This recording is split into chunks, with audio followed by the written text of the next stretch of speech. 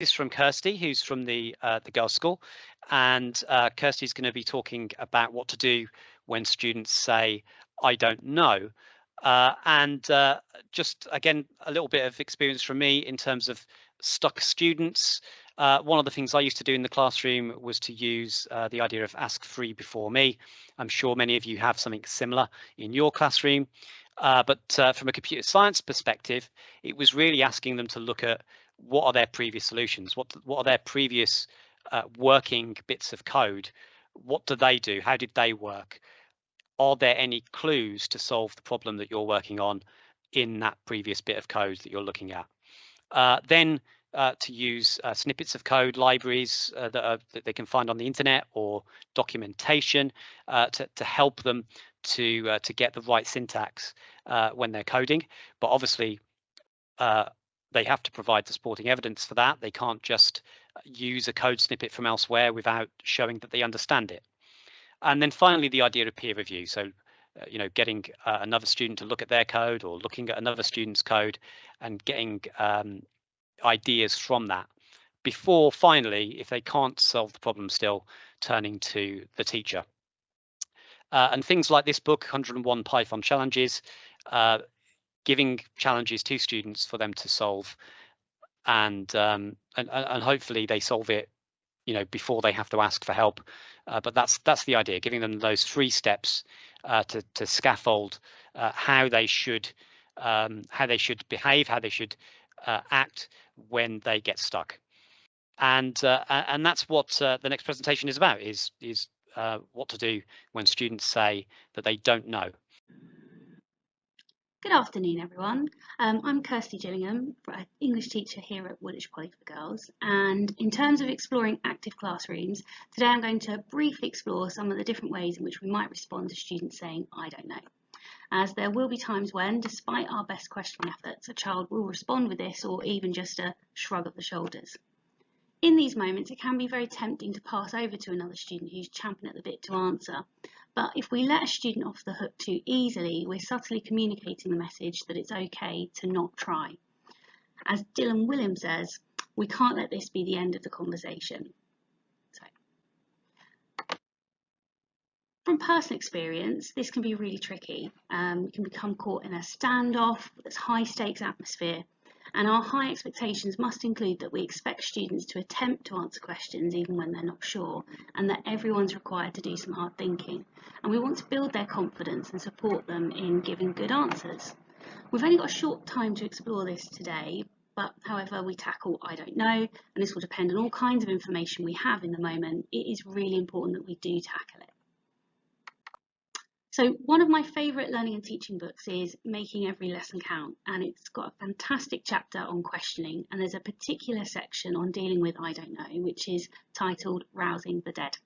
And the next slide has a summary of some of the strategies that's suggested by Tharby and Allison, and they refer to them as sleights of hand that we might use to encourage a student to push further than that initial "I don't know" response. So I'll give you a moment just to have a look at these, because I'm sure you're familiar with plenty of them. In the moment, we have to make quick decisions about how best to respond based on what's right for this topic, what's right for this student, and what's right for this part of the lesson and this sequence of lessons. So I'm going to talk briefly about the last one on the slide there in orange, as I've tried to make use of this one recently in my "I don't know" moments as an approach that not only supports the stuck student, but also brings in other students that are listening too. So this idea is that you gather 2 or 3 student answers from around the room and then return to the original student and ask which they prefer and why, and that helps them develop their own response. I really like this because it makes sure that the stuck student's thinking, it reduces that fear of failure, and ensures that the rest of the class are listening and tracking as well. And this is what it might look like in a classroom scenario. The teacher's posed a question to Lily about the play they've been reading, and it's at the end of a sequence of lessons where they've been thinking about these ideas, but Lily's responded with "I don't know." So the teacher says, okay, let's see what someone else thinks, and passes this over to a different student to respond, perhaps one where they're more confident they'll have something to say with this to help Lily out of her kind of stuck moment. Martha gives a good response. The teacher thanks them and says, let's hear one further view of this then, perhaps this time with a reference to the text included to take it even further and stretch. Let's hear what you think, Simone. So Simone gives their answer, this time using that extra element of a textual reference, and the teacher then goes back to Lily. So what do you think then, Lily? Is Priestley optimistic about the future by the end of the play? And hopefully this is where Lily uses parts of the information from Simone's view, from Martha's view, and then comes up with their own. And I've definitely found this has helped with a very quiet Year 10 class that I've had to help build that confidence of speaking in front of others, using each other as a way forward. So in terms of planning, the type of question used in this strategy is really important. Open questions, higher order with multiple responses work really well. And definitely something I've had to think about in my planning too is think, pair, share time. Am I giving long enough before we're then discussing as a class? Have I provided sentence stems to support that talk? Key vocabulary shared. And thinking in the lesson, when I'm making that decision, who have I heard from that seems to have a stronger grasp of this that I can use to support someone who is stuck.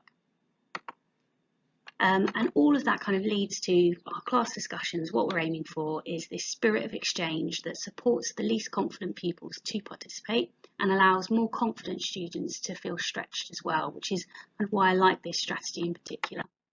I think you could adapt this and extend it further by using mini whiteboards to gather a wider range of responses, and then that puts the onus on the student who is stuck to then take responses from the students they feel they can they've got some ideas from. But kind of one of the final points really is that sometimes it is just a reteach moment where we need to stop and reteach something because we are reaching a lot of I don't know responses, and as the expert in the room we may need to make that call to go back over and explain something. So my kind of final thoughts to responding to I don't know that I've definitely had to reflect on recently, about thinking in my planning about the time I'm allowing to pause for a response, resisting the temptation to break the silence when I'm waiting for that response, thinking about the setup beforehand, the think, pair, share time to rehearse responses, also thinking about when in the lesson am I asking that question. Is it too soon in the lesson for them to be able to give me a detailed answer at that point? And then always knowing our students and what will support them in this particular moment.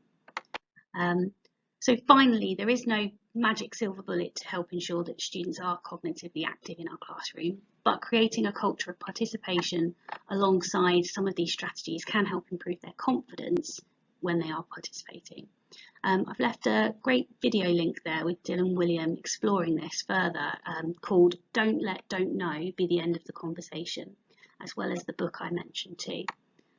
Thank you for listening, and I hope it will spark some good conversations later amongst your teams.